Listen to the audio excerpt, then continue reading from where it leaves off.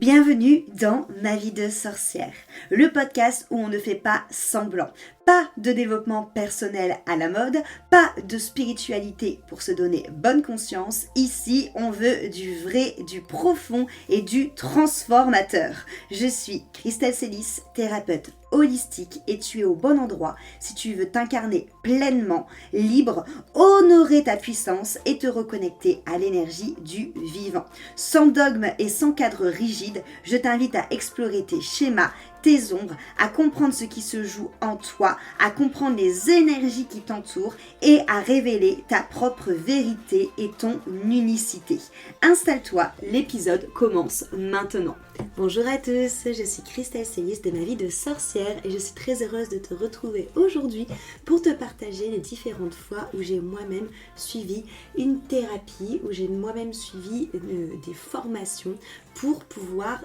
me développer, pour pouvoir travailler sur moi, pour pouvoir évoluer et comprendre ce qui se jouait en moi. Le but de ce podcast, c'est à la fois de vous montrer toutes les choses que vous pouvez traiter avec l'énergétique et la thérapie et toutes les choses aussi que vous traitez en vous formant vous-même au-delà des outils que vous apprenez bien évidemment. Je vous l'ai déjà dit plusieurs fois, mais moi quand je suis rentrée dans ce milieu énergétique ou quand je suis rentrée dans ce milieu de la spiritualité, j'avais absolument aucune connaissance que cela existait. Je n'avais absolument aucune connaissance de ce qu'on pouvait y traiter. Je suis tombée un peu dans la marmite comme Obélix qui est tombé dedans d'un coup, mais sauf que moi ça s'est pas du tout passé quand j'étais petite, mais que ça s'est passé plutôt aux alentours de mes vingtaines d'années et j'ai commencé du coup à travailler sur moi, sur tout ce qui était valeur et estime de moi,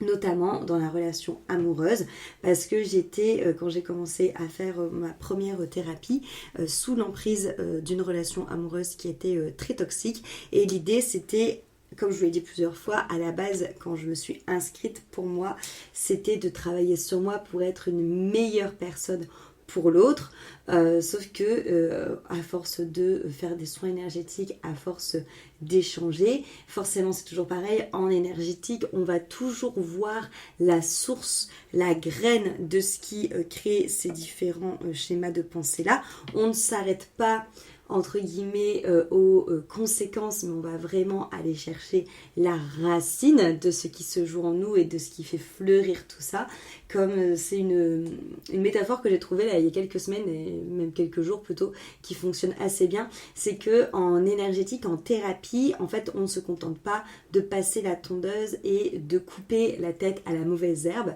on se contente de venir totalement la déraciner pour que ça ne revienne plus. Donc voilà, c'est vraiment ça la différence. Et en creusant pour aller chercher justement ces racines et cette mauvaise herbe, on s'est rendu compte à l'époque que la priorité sur laquelle je devais travailler, c'était mon estime de moi, ma confiance en moi et surtout le fait de oser mettre mes limites et oser respecter ces limites en amour. Donc beaucoup cette notion dans un premier temps de reprendre cette valeur, de reprendre cette confiance en moi, de reposer mes limites et de travailler aussi sur le fait que je mérite d'être aimée pour ce que je suis et que je n'ai pas à me changer. Donc ça a été vraiment un gros morceau parce que ce travail-là il a duré à peu près 2 ans. Déjà parce que j'avais plusieurs couches de déni qui a mis du temps à partir et ensuite parce que c'était quelque chose qui était très ancré en moi et que j'ai dû aller vraiment transformer. Et après on a travaillé sur cette tendance que j'avais à énormément donner dans l'espoir de vouloir recevoir au même niveau, comme si que j'avais un trou béant à l'intérieur de moi et qu'on avait beau donner, ça ne remplissait jamais le trou, c'était comme quelque chose d'insatiable, tout simplement parce que je me donnais pas à moi-même en premier et que j'attendais toujours à ce que ce soit l'extérieur qui me prouve justement ma valeur, qui me prouve que je mérite d'être aimée, qui me prouve que je suis quelqu'un d'exceptionnel et que je mérite d'être choisie. Et de là, on a découlé la croyance et aussi le schéma répétitif des relations qui se jouaient constamment avec moi en relation amoureuse, que je n'étais jamais choisie. Que ce soit face à une situation, face à une addiction, face à une autre personne, face à peu importe, je n'étais jamais la personne qui était choisie et c'était clairement en réponse à mon rejet. Donc là, on a suivi encore un énorme travail sur ma blessure de rejet et sur cette croyance du coup que je n'étais jamais choisie et que du coup je devais donner énormément pour montrer à l'autre que je valais le coup et qu'il fallait me choisir moi. Donc ça a découlé du précédent travail parce que c'était toujours aussi sur la fin de cette relation toxique et post-relation toxique où je suis sortie de cette relation et où après j'ai eu d'autres relations qui n'étaient pas toxiques mais qui étaient toujours dysfonctionnelles parce que je n'avais pas guéri cette partie-là de moi et du coup ça a rejoué sans cesse cette croyance et ce qui se jouait en moi. Donc voilà, donc ça a été vraiment mes premières années de thérapie qui ont été très intenses parce que comme je l'ai dit plusieurs fois, à ce moment-là précis, j'adorais travailler sur moi même si ce que je découvrais était assez dur. J'avais vraiment une fascination pour plonger à l'intérieur de moi et pour venir gratter tout ça pour faire émerger. Donc je faisais des soins toutes les semaines. Donc à la fois c'était très intense, à la fois c'était rapide sans être rapide, dans le sens où j'avais des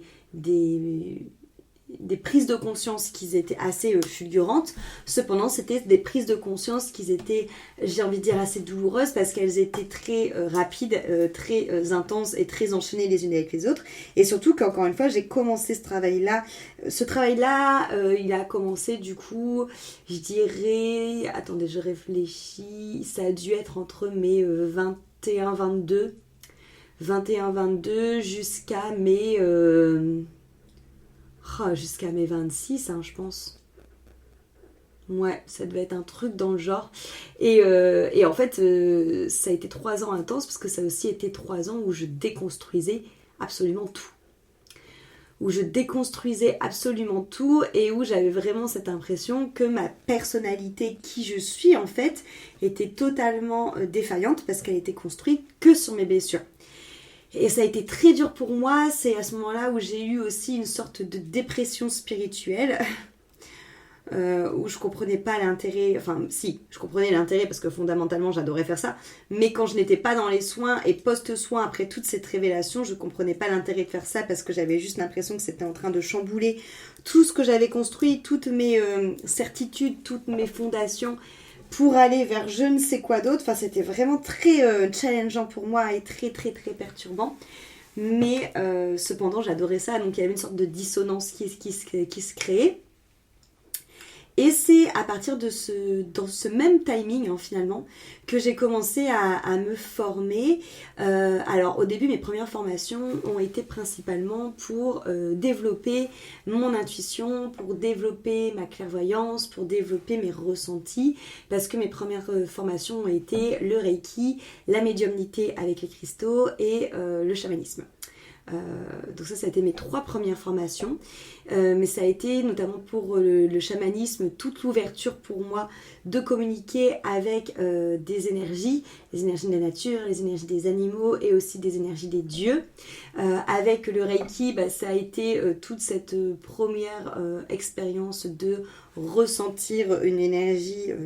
plus haute, on va dire, et vraiment l'ouverture aussi de mes clairs. Et pour la médiumnité, clairement c'est l'ouverture de ma médiumnité et je suis tombée dans le bain de la lithothérapie. Ça, ces 3 formations-là, à la base, elles n'étaient pas du tout pour devenir thérapeute. Elles étaient vraiment pour cette notion de continuer dans le même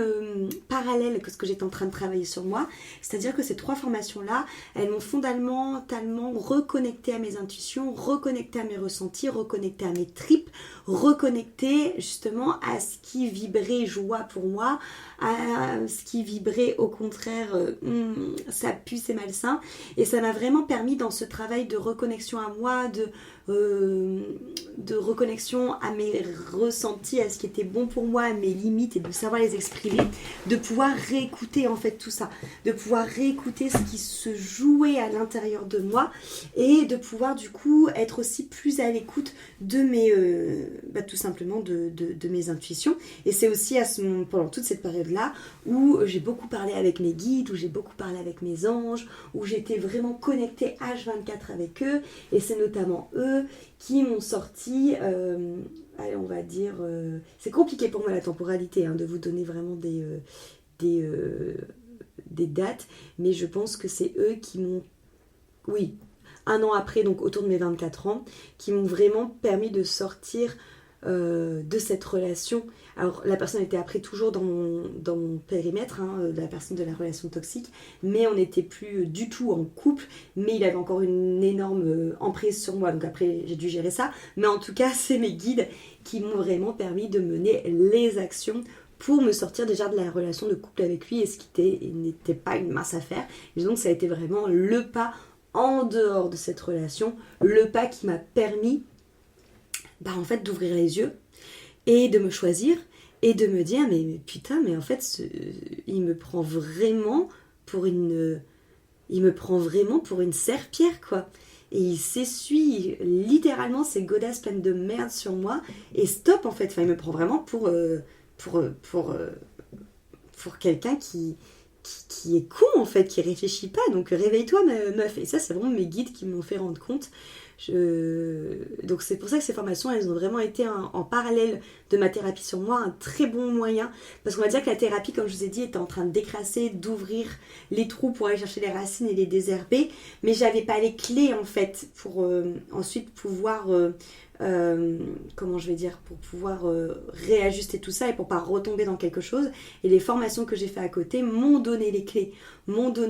pour discerner, m'ont donné les clés pour me rendre compte de ce qui se jouait, pour avoir beaucoup plus de ressenti, de discernement sur ce qui se passait, pour me choisir moi. Donc ça a été parfait en termes de parallèle, et c'est vrai que du coup c'est pour ça que je dis toujours aux thérapeutes que j'accompagne que c'est hyper important de travailler sur soi en même temps qu'on se forme. Et c'est pour ça aussi que quand j'accompagne des personnes, moi en tant que thérapeute, donc que je leur procure des soins énergétiques, que j'aime beaucoup leur donner des outils, que j'aime beaucoup leur donner des exercices qui leur permettent d'être autonomes ensuite dans leur démarche pour pouvoir avancer. Et justement j'ai eu un soin la semaine dernière avec une personne que je suis et qui m'a dit mais franchement Christelle, merci, parce qu'en fait c'est la première fois où, au-delà d'avoir des soins qui me font du bien et dans lesquels je me sens bien et c'est des temps pour moi et où je comprends des choses et où on décrasse, en fait j'ai des armes après pour le faire toute seule. Et ça c'est génial, parce que je vous l'ai déjà dit plusieurs fois, mais pour moi un thérapeute c'est pas censé être quelqu'un qui devient indispensable pour vous, sinon c'est un thérapeute qui vous enlève votre pouvoir. Un thérapeute est censé vous rendre autonome, et c'est pour ça que pour moi c'est important, et d'apprendre aux thérapeutes que j'accompagne de vous amener les outils pour vous rendre autonome, et moi en tant que thérapeute quand je vous donne des soins, de vous rendre autonome aussi. Donc ça a été toute ma première partie de travail qui a été assez intense. Et ensuite je suis passée dans une autre phase, dans le sens où j'ai rencontré la personne avec qui je suis en couple actuellement, et que cette personne habitait à Bordeaux et que moi j'habitais à Lille. Et là on a découlé plein de croyances que j'avais sur justement l'amour, sur le fait de perdre sa liberté en amour, et sur vraiment cette notion que finalement à chaque fois, la personne que j'avais pu avoir avant n'était pas prête à s'engager totalement, mais que c'était carrément ok finalement pour moi, parce que moi-même j'étais pas prête à m'engager totalement, parce que j'avais cette peur de prise de liberté. Et au moment où j'ai rencontré quelqu'un qui était prêt à s'engager entièrement avec moi, et où il n'y avait plus de choix à faire, je vous parlais juste avant que j'avais travaillé cette notion de plus rejeter, d'être rejeté et de ne jamais être choisi. J'ai rencontré quelqu'un qui m'a choisi et quelqu'un qui ne me rejetait pas, mais une personne qui était à l'autre bout de la France. Donc ça m'a montré que il y avait encore quelque chose à travailler, donc là qui n'était plus du domaine du rejet, mais plus du domaine de l'engagement et de la position de la liberté de comment je voyais la liberté dans le couple amoureux. Donc là, j'ai commencé à travailler, à déterrer tout ce qui était autour de mon féminin et de mon masculin sacré et massacré. Là où avant, toute la première partie des thérapies que j'ai fait sur moi était plutôt autour de mon enfant intérieur, je dirais. Donc là, c'était tout autour de mon féminin et de mon masculin sacré.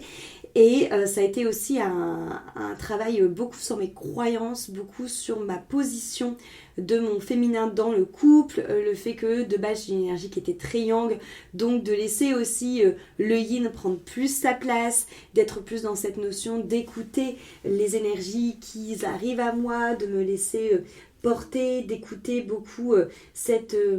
sensibilité, de laisser l'autre prendre soin de moi, de laisser l'autre me sécuriser, de laisser l'autre aussi tout simplement devenir un pilier et que je ne devais pas être toute seule et devoir faire tout toute seule. Donc ça a beaucoup travaillé sur énormément de croyances que j'avais sur les relations hommes-femmes, sur le couple, sur l'amour, sur la liberté, sur l'engagement dans le couple. Et pareil, parallèle à ces soins-là que je faisais, je me suis formée aussi. Donc cette fois-ci, c'était 2 formations. Une formation qui était autour justement des soins énergétiques autour de la psyché et aussi une formation autour de la lithothérapie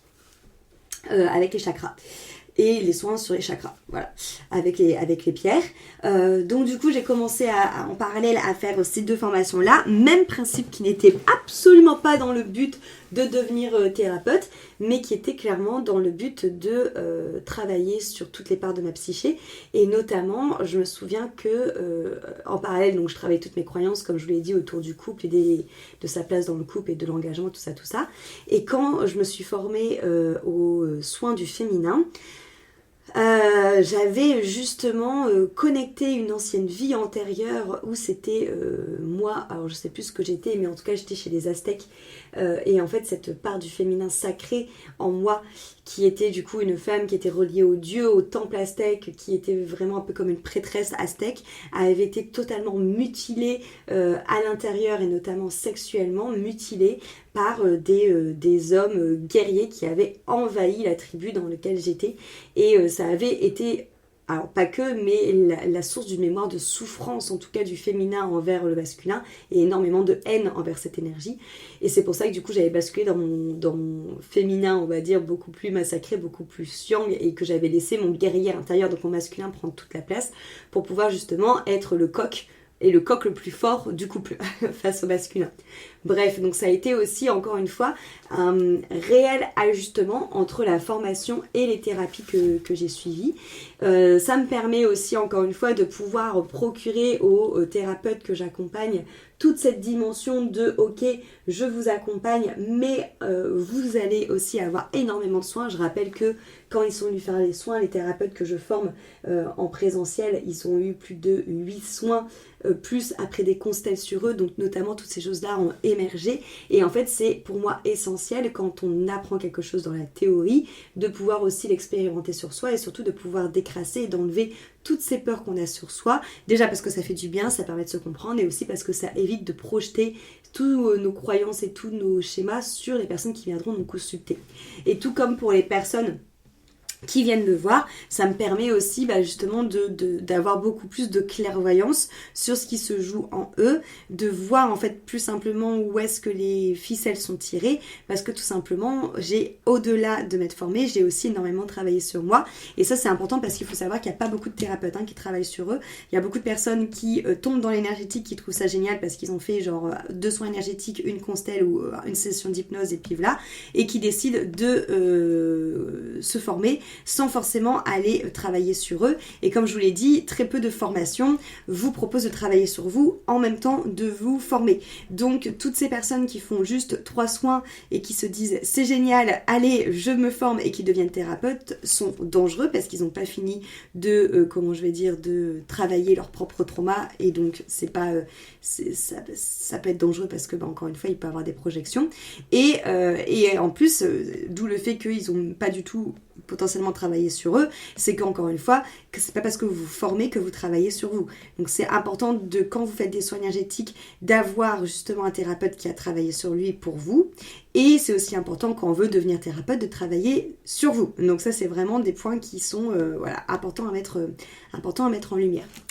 Une fois toute cette phase-là qui a été décortiquée, là je suis plus rentrée, je dirais, dans le côté loi universelle, compréhension de la vie,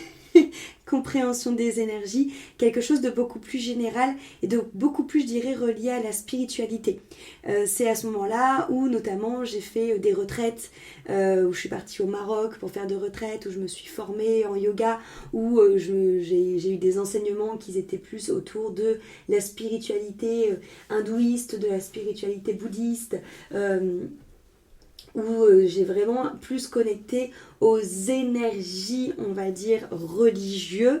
et à tout ce que ça englobe, où je me suis formée au chamanisme, mais plus dans cette notion aussi de comprendre les règles du chamanisme, de comprendre les règles et les lois des différentes tribus chamanes, où je me suis aussi plus connectée à tout ce qui était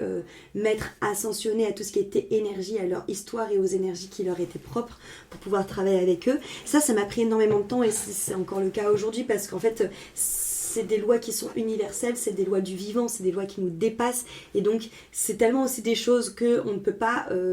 totalement reconnecter en tant que humain parce que ça fait partie aussi de toute notre part subtile et de ce qui est, on va dire, associé à notre âme et du coup qu'on a pu potentiellement oublier quand on s'est incarné, c'est revenir à notre essence. Et là, ça a vraiment été beaucoup de pratiques de méditation, beaucoup de pratiques de canalisation, beaucoup d'études de textes, beaucoup d'études de livres, beaucoup, comme je vous ai dit, de moments où j'ai pris des retraites pour moi, où je me suis formée pour des choses beaucoup plus, on va dire, spirituelles, beaucoup plus théologiques, j'ai envie de dire. Voilà, ça a vraiment été mon moment, je dirais,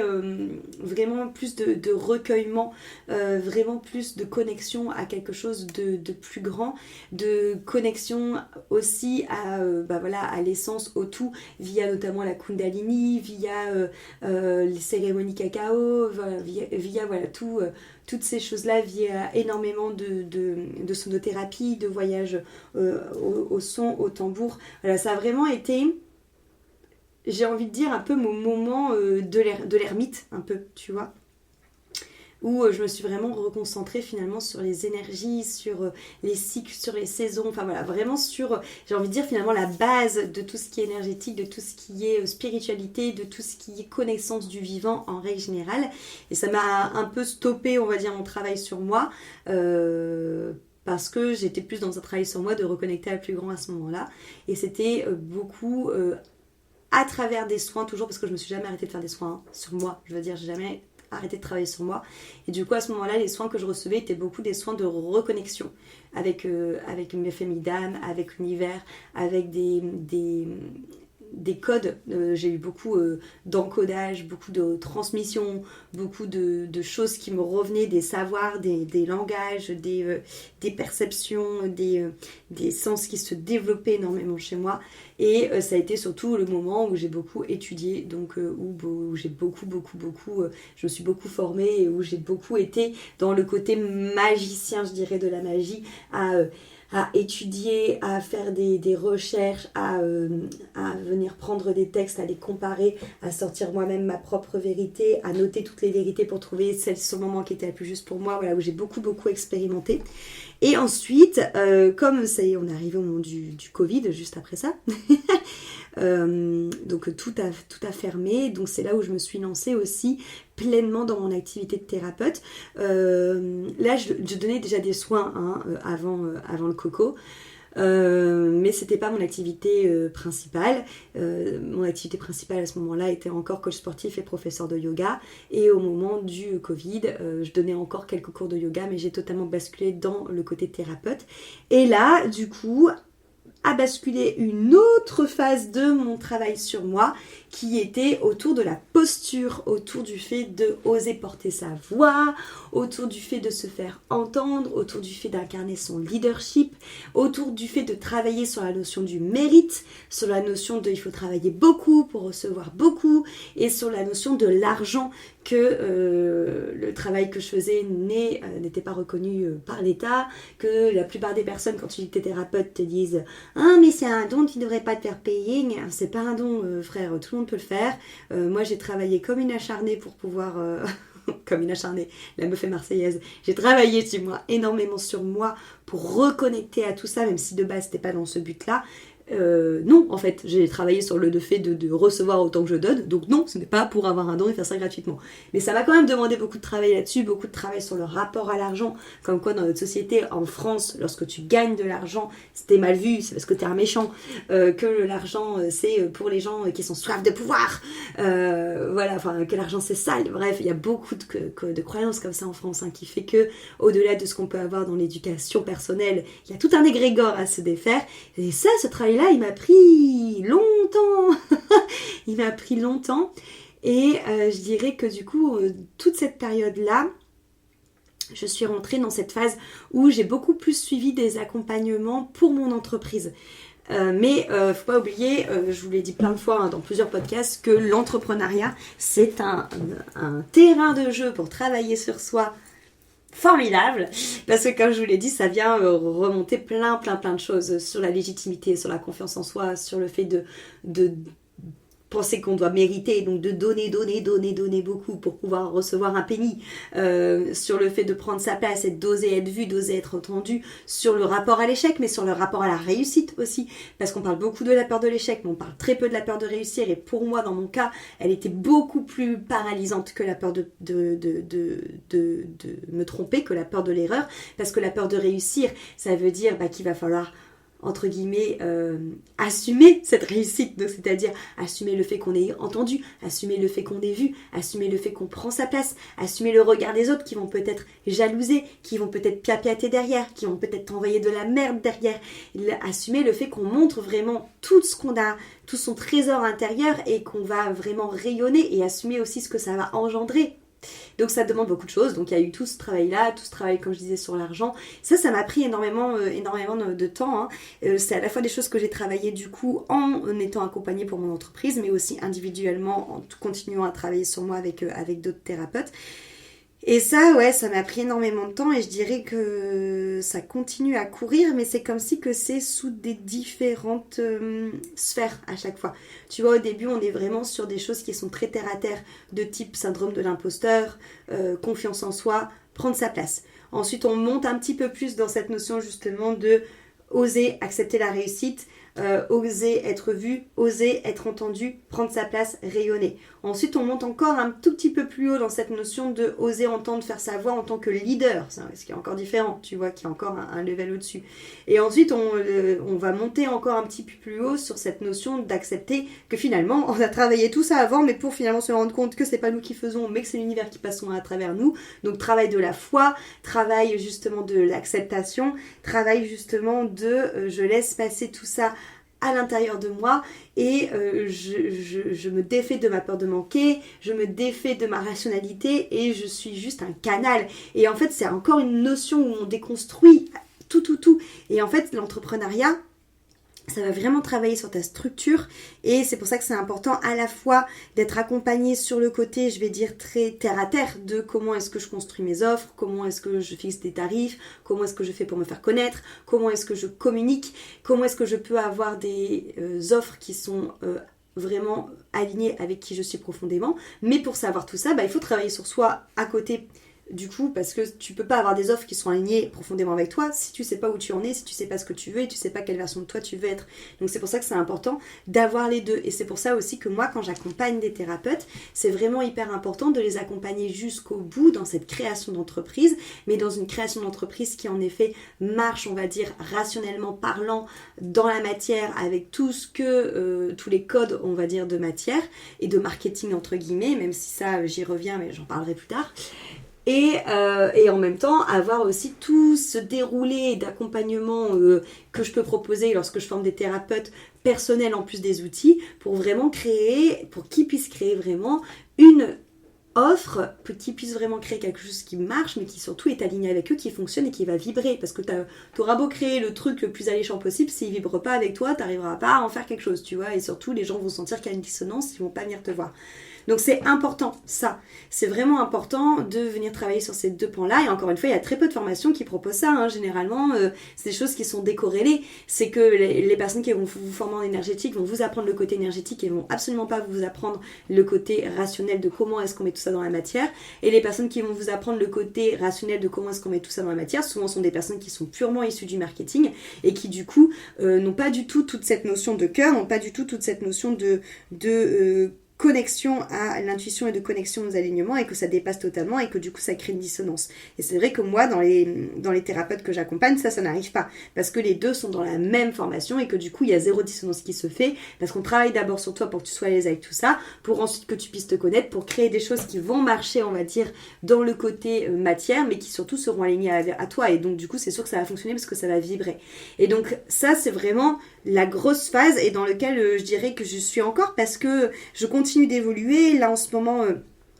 je vais attendre que ça soit vraiment infusé pour pouvoir vous le partager. Mais en ce moment je fais vraiment corps avec j'ai envie de dire avec le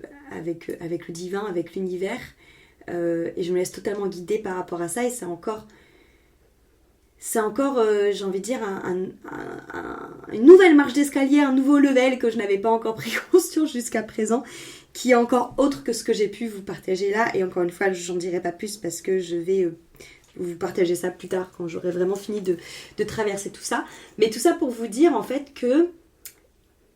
le travail sur soi, c'est un travail tout au long de sa vie. Sachant que là, je vous ai parlé, on va dire, entre guillemets, des grosses étapes par lesquelles je suis passée. Mais à côté de ça, il y a plein de petites étapes par lesquelles je suis passée. Sur le côté travail sur moi et sur le côté aussi, lorsque je me forme, je veux notamment parler, par exemple, du transgénérationnel, rendre parfois des blessures que l'on pense nous porter et qu'en fait, on se rend compte que ça appartient à l'arrière-arrière-grand-mère. Donc, se rendre compte aussi, tout ça, qu'il y a plein de choses qu'on pense qui nous sont notre identité, qui nous ont construit, qui nous appartiennent, alors qu'en fait... que nenni mon ami. Donc il y a tout ce travail-là aussi en parallèle, bien entendu, que j'ai fait. Tout le travail aussi sur les injonctions de la femme, que la femme doit avoir soit la vie de famille, soit la carrière, travailler sur la maternité, sur tout ce qui peut avoir aussi autour de ça, les peurs autour de ça. Il y a aussi un gros travail sur mon eczéma et mon psoriasis aussi que j'ai fait pour trouver leur